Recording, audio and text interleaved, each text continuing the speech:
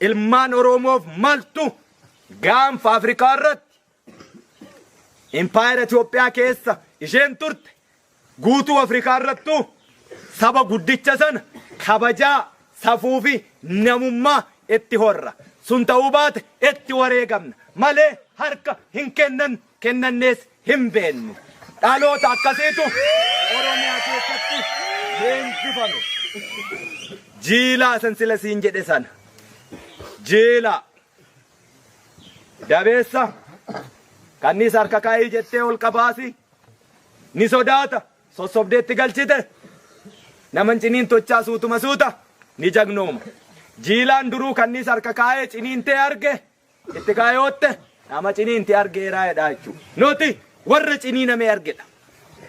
Warra jiila sana qabudha. Mootummaa kana waliin hojjechuunis hin danda'amu. Sababa inni hin danda'amneefi mootummicha keessatti sirni jiru sirna haadha ajjeesu, ilmoo ajjeesu, sirna saamichaa, sirna paartii waraanaan tiksu, sirna korojoo hatu. Warra kana waliin hojjechuuf waraanni bilisummaa Oromoo itti dabalamuu hin danda'u. Haaromsa sinii kenninaa jedhu. Haaromsa akkamii nuu kennu? Haaromsa hannaa.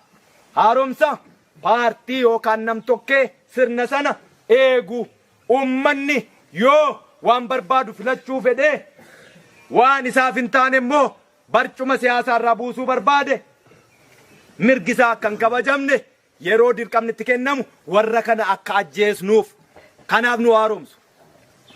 Haaromsa akkasii barbaaduu miti kan manaa baane nuti. Sirna cunqursaa gita bittaa saaminsaa fi dhiittaa bakkaa kaasnee sirna walqixxummaa, tokkummaa, bilisummaa, dimookiraasiitti amanu bakka kaa'uuf. Kanaaf nutu isaan haaromsa. Sirna walqixxummaa isaan barsiisa. Dimookiraasii isaan barsiisa. Paartiif buloo osoo hin taane waraana uummataa ta'uu isaan barsiisa malee isaantu nu barsiisa miti. Kanaaf kan inni nagaan xumuramuu hin dandeenye. Hiikkachuu ka'edhu qofaatu sammuu jaraa keessa jira. Nuti hiikkachuu kan beeknu ofirraa osoo hin taane diinarraa qofa. Kanaaf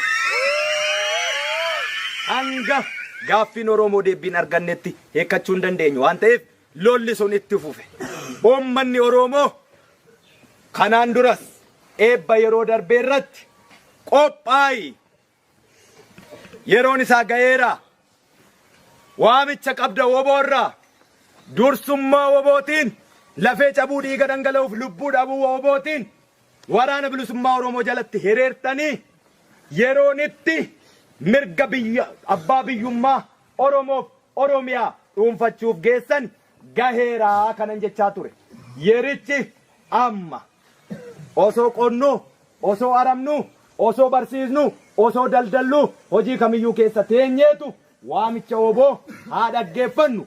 Yeroon isaa gaheera. Itti fufna xumuratti goona. Saamichi, dhiittaan, cunqursaan dhaabbachuu qaba. Sana dhaabuuf immoo waraanni ummata Oromoof ta'u. Lakkoofsaa fi bal'ina dachee sanaa waraana gita.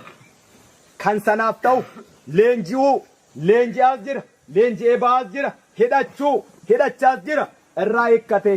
Kanaaf sanaaf qophaa'u malee Oromoon jilbeenfachuu, harka laachuu, duuba deebi'uu hin qabu, qabaatees hin beeku. Warri kotta gala akka tiksee loonii. Tikseen looniitu galuuf loon sassaabbachuutu irra jira. Lakkaawwattee qabatteetu galti. Nu tiksee looniitii miti. Waan baaneefii qabna. Afaan tokko dubbannaa nuti ilmaan Oromootiin hin jedhu. Afaan dubbachuu miti dubbiin. Afaan tokko dubbachuu miti. Yoo afaan tokko dubbachuu wal nama dhabsiisu ta'e addunyaa kanarratti biyyi akka Somaaliyaa afaan tokko dubbattu amantiillee wal fakkaataa qabdu saba tokkicha taate hin jirtu addunyaa kanarra. Somaaliyaa keessatti immoo warra maaltu ta'aa jira qubuma qabna. Dubbiin afaan tokko dubbachuu osoo hin taane ilaalcha tokko qabaachuu fi qabaachuu dhabuu irrattidha hundaa. Kanaaf